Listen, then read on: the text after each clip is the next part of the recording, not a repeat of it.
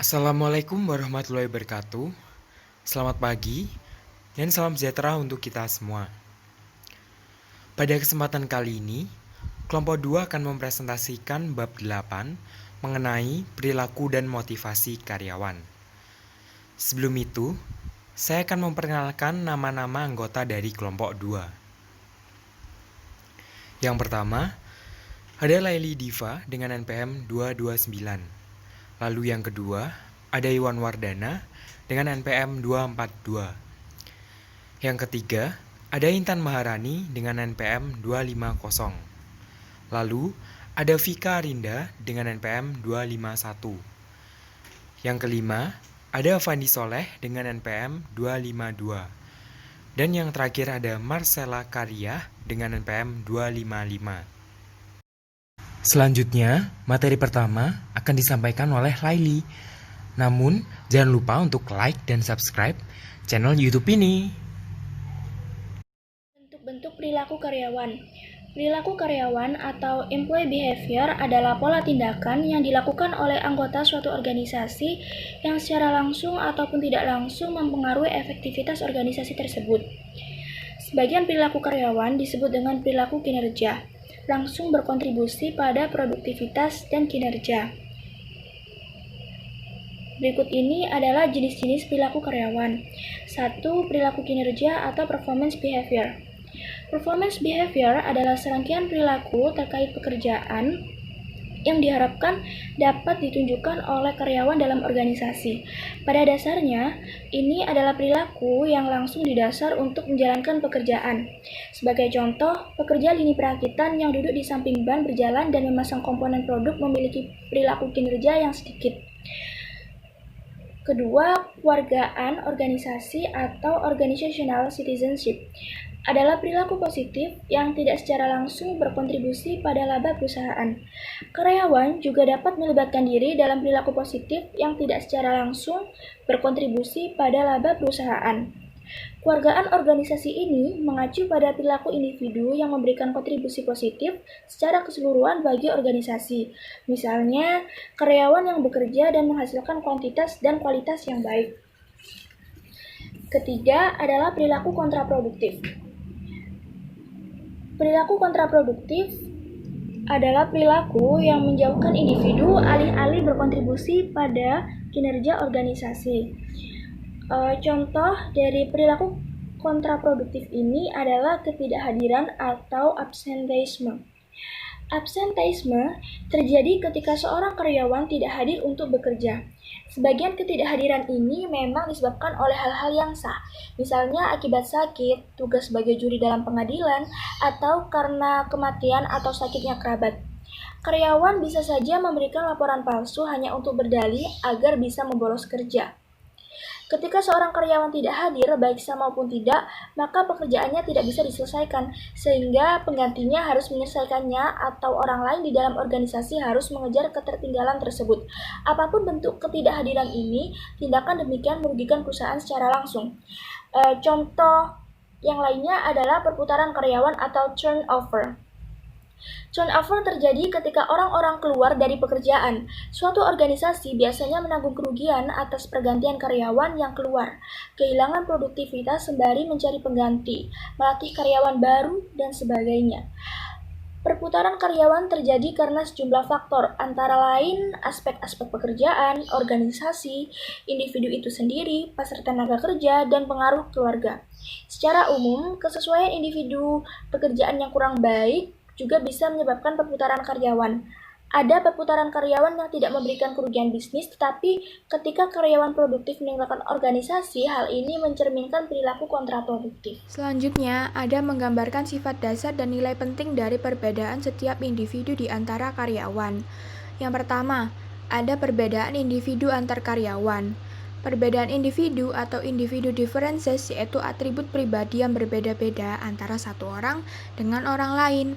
Nah, perbedaan individu ini bisa berbentuk seperti perbedaan fisik, perbedaan psikologis, dan perbedaan emosional. Selanjutnya, ada kepribadian dalam kehidupan nyata. Kepribadian atau personality yaitu serangkaian atribut psikologis yang relatif. Di sini peneliti telah mengidentifikasi 5 sifat dasar yang memainkan peran besar dalam kepribadian karyawan. Potensi nilai kerangka kerja ini terletak pada kemampuan yang menjadi tolak ukur yang valid untuk menilai perilaku dalam situasi tertentu. Nah, 5 sifat dasar kepribadian tersebut yang pertama, ada kesetujuan atau agreeableness, yaitu kemampuan seseorang untuk berinteraksi dengan orang lain.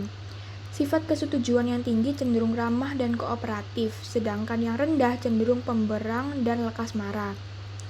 Yang kedua ada pengaturan diri atau conscientiousness, yaitu merujuk pada kegigihan, sifat mudah diandalkan, dan keteraturan seseorang. Sifat pengaturan yang tinggi cenderung lebih rapi dan sistematis, sedangkan yang rendah cenderung mengerjakan banyak hal dalam satu waktu. Selanjutnya ada emotionalis atau emotionality, yaitu mengacu pada derajat kecenderungan seseorang memiliki pandangan dan perilaku positif atau negatif terhadap orang lain. Emosionalitas yang relatif cenderung lebih tenang dan tabah, sedangkan emosionalitas yang negatif cenderung lebih mudah tersulut dan curiga. Yang keempat ada ekstravasi atau extraversion, yaitu keterbukaan terhadap lingkungan sosial dan fisik dan mengacu pada tingkat kenyamanan individu terhadap lingkungan. Di sini ada extrovert dan introvert. Extrovert yaitu individu yang pandai bergaul dan banyak bicara, sedangkan introvert yaitu kurang supel dan tidak banyak bicara. Yang kelima, ada keterbukaan atau openness, yaitu mencerminkan seberapa luwes atau kakunya seseorang dalam hal keyakinan. Keterbukaan yang tinggi cenderung memiliki rasa keingintahuan yang tinggi, sedangkan keterbukaan yang rendah cenderung kurang reseptif terhadap ide-ide baru dan kurang bersedia mengubah pola pikir mereka. Selanjutnya, ada kerangka pemikiran Myers-Briggs. Pendekatan lain untuk memahami kepribadian lain adalah kerangka Myers-Briggs. Myers-Briggs adalah kuesioner yang sering digunakan oleh organisasi untuk menilai jenis kepribadian. Kerangka ini ada yang pertama, ekstraversi versus introversi. Extrovert memperoleh energi ketika berkumpul bersama orang-orang, sedangkan introvert memperoleh energi ketika membutuhkan kesendirian. Yang kedua, ada pengindera atau sensing versus intuisi. Nah, pengindara ini menyukai hal-hal yang konkret, sedangkan intuitif lebih menyukai konsep abstrak. Yang ketiga, ada memikirkan versus merasakan. Memikir mendasarkan keputusannya pada logika dan akal, sedangkan perasa mendasarkan keputusannya pada perasaan dan emosi. Yang terakhir, ada menilai dan memahami. Menilai menikmati hal-hal yang rampung atau tujuan tercapai, sedangkan pemaham lebih menikmati proses dan situasi yang tidak bisa diduga hasilnya. Selanjutnya ada kecerdasan emosional. Kecerdasan emosional lebih dikenali akhir-akhir ini dan memberikan pengetahuan mengenai kepribadian. Dimensi yang digambarkan yang pertama ada kesadaran diri, yaitu mengacu pada kapasitas seseorang untuk menyadari apa yang mereka rasakan. Yang kedua, ada mengelola emosi, yaitu mengacu pada kapasitas seseorang untuk mengatasi kecemasan, rasa takut, dan kemarahan. Yang ketiga, ada memotivasi diri, yaitu kemampuan seseorang untuk tetap optimis dan selalu berusaha keras walaupun menghadapi hambatan. Yang keempat ada empati, yaitu kemampuan seseorang untuk memahami perasaan yang dialami orang lain tanpa diberitahukan. Yang terakhir ada keterampilan bersosialisasi, yaitu membantu orang-orang untuk bergaul dengan orang lain. Sifat kepribadian lain dalam lingkungan kerja. 1. Locus kendali atau locus of control, yaitu sejauh mana orang-orang meyakini bahwa perilaku mereka memiliki dampak real terhadap apa yang terjadi pada diri mereka. 2. Efikasi diri atau self-efficacy, yaitu keyakinan seseorang atas kemampuannya menjalankan suatu tugas. 3. Otoritarianisme, yaitu sejauh mana seseorang meyakini perbedaan, kekuasaan, dan status bisa dibenarkan. 4. Machiavellianisme, sifat yang menjelaskan golongan ningrat lebih mudah memperoleh dan menggunakan kekuasaan. 5. Harga diri atau self-esteem, sejauh mana seseorang meyakini dirinya adalah berharga dan pantas diperhitungkan. 6. Kecenderungan mengambil risiko, yaitu sejauh mana seseorang bersedia mengambil peluang dan membuat keputusan berisiko. Sikap di lingkungan kerja. 1. Bagaimana sifat terbentuk? Terbentuk dari berbagai kekuatan seperti nilai yang kita pegang, pengalaman, dan kepribadian. 2. Struktur sikap. Misalnya kognisi, pengetahuan yang dipegang seseorang mengenai sesuatu. Afek, perasaan individu mengenal suatu hal. Intensi, memandu perilaku seseorang. Selanjutnya yaitu disonansi kognitif atau cognitive dissonance. Disonansi kognitif yaitu ketika dua bentuk kognisi atau persepsi saling bertolak belakang atau inkongruent, di mana seseorang mengalami bentuk konflik dan kecemasan. Selanjutnya yaitu tentang sikap utama yang berkaitan dengan pekerjaan. Yang pertama yaitu kepuasan kerja atau job satisfaction. Kepuasan kerja adalah derajat kegembiraan orang-orang dalam melaksanakan pekerjaan mereka. Kepuasan kerja mencerminkan derajat sejauh mana orang-orang memiliki sikap positif terhadap pekerjaan mereka. Selanjutnya yaitu tentang komitmen organisasi atau organization commitment, yaitu mencerminkan identifikasi seseorang dengan organisasi dan misi perusahaan. Selanjutnya yaitu mencocokkan pekerjaan dan individu. Dengan beragam perbedaan individu dan beragam bentuk perilaku karyawan, tidak heran apabila manajer selalu ingin mencocokkan antara individu dengan pekerjaan yang mereka jalankan. Ada dua metode utama dalam memahami bagaimana pencocokan ini. Yang pertama yaitu kontrak psikologis. Kontrak psikologis adalah serangkaian ekspektasi yang dimiliki oleh karyawan dan organisasi terkait dengan apa yang karyawan berikan bagi organisasi dan apa yang organisasi berikan sebagai imbalannya. Kontribusi dari individu dapat berupa usaha, kemampuan, loyalitas, keterampilan, waktu, dan kompetensi.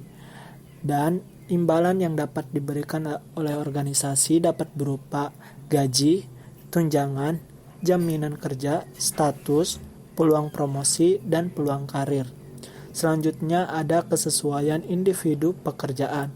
Kesesuaian individu pekerjaan mengacu pada sejauh mana kontribusi seseorang dan intensif dari organisasi cocok satu sama lain, di mana kesesuaian individu pekerjaan adalah pertimbangan penting ketika merekrut orang-orang untuk menjalankan pekerjaan tertentu. Beberapa konsep dan teori motivasi dasar. Motivasi adalah sejumlah kekuatan yang mendorong orang-orang untuk berperilaku dalam cara tertentu. 3 pendekatan hubungan manusia di tempat kerja yang mencerminkan rentang waktu pemikiran dalam bidang ini. Yang pertama, teori klasik. Teori motivasi klasik adalah teori yang menyatakan bahwa pekerja hanya termotivasi karena uang semata. Yang kedua, teori perilaku awal. Para peneliti menyimpulkan bahwa produktivitas meningkat sebagai respon atas semua tindakan manajemen yang dinilai oleh para pekerja sebagai bentuk perhatian khusus. Penemuan tersebut dikenal sebagai efek Hawthorne. Teori-teori motivasi terkemuka antara lain: A. Model sumber daya manusia, teori X dan Y.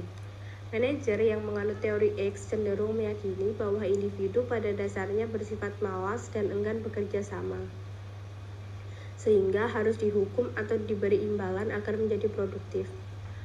Para manajer yang menganut teori Y cenderung meyakini bahwa individu pada dasarnya bersemangat, ingin berkembang, memotivasi diri, dan tertarik untuk menjadi produktif.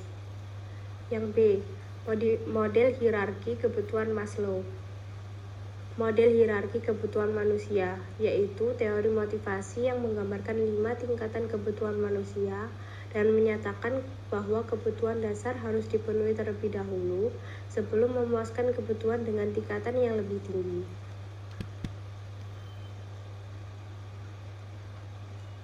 C. Teori 2 faktor. Setelah mengamati sejumlah akuntan dan insinyur, psikolog bernama Frederick Herzberg menyimpulkan bahwa kepuasan dan ketidakpuasan kerja berasal dari 2 faktor. Faktor higien seperti kondisi kerja dan faktor motivasi seperti pengakuan prestasi. Kebutuhan penting lainnya. Kebutuhan akan pencapaian yaitu hasrat seseorang untuk mencapai satu tujuan atas tugas seefektif mungkin. Kebutuhan akan afiliasi, yaitu hasrat seseorang untuk didampingi oleh orang lain. Ketiga, teori motivasi kontemporer. Teori ekspektasi menyatakan bahwa orang-orang termotivasi bekerja karena ingin mendapatkan imbalan yang diinginkan dan bahwa mereka percaya memiliki peluang atau harapan yang masuk akal untuk dicapai. Teori keadilan berfokus pada perbandingan sosial, yaitu orang-orang mengevaluasi perlakuan organisasi terhadap mereka dan membandingkannya dengan perlakuan yang diterima orang lain. Di sini saya Fandi Solendrawan akan melanjutkan presentasi yang membahas strategi dan teknik untuk menguatkan motivasi. Yang pertama, ada penguatan atau memodifikasi perilaku.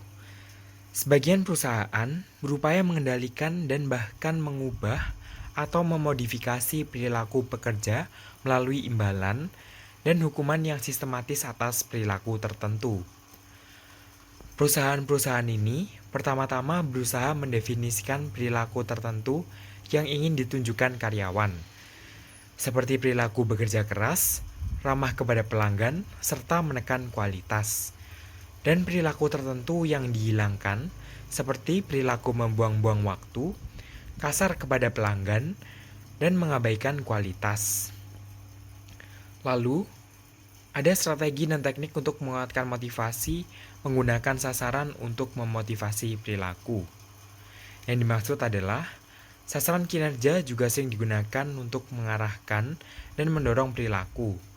Metode yang paling sering digunakan sebagai penetapan sasaran kinerja disebut juga manajemen berdasarkan tujuan, atau biasa disebut manajemen by objective, yaitu suatu sistem penetapan sasaran kolaboratif dari tingkatan atas hingga bawah organisasi. Dan yang terakhir, ada manajemen partisipatif dan pemberdayaan, yaitu metode meningkatkan kepuasan kerja dengan cara memberi kesempatan kepada karyawan untuk memberikan suara dalam pengelola pekerja mereka dan perusahaan.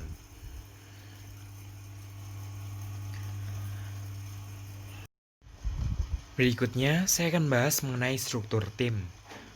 Manfaat yang diperoleh organisasi atau sebuah perusahaan dari penggunaan tim adalah meningkatnya motivasi dan kepuasan kerja bagi karyawan yang bekerja dalam tim.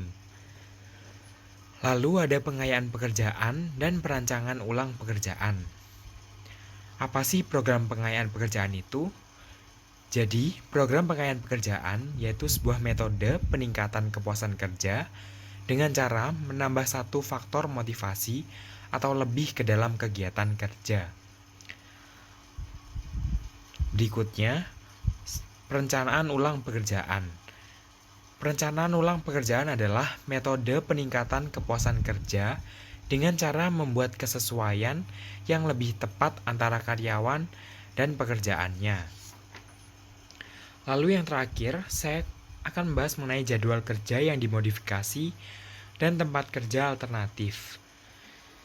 Dibagi menjadi 3. Ada program berbagi pekerjaan. Yang dimaksud di sini adalah metode peningkatan kepuasan kerja dengan cara memungkinkan 2 orang atau lebih untuk berbagi satu pekerjaan purna waktu. Yang kedua, ada program waktu fleksibel, yaitu metode peningkatan kepuasan kerja dengan cara memungkinkan pekerja untuk mengatur jadwal kerja harian atau mingguan. Dan yang terakhir adalah tempat kerja alternatif atau telekommuting.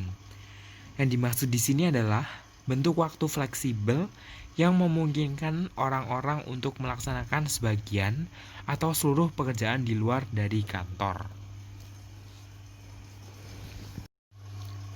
Sekian presentasi dari kelompok 2. Terima kasih atas perhatiannya.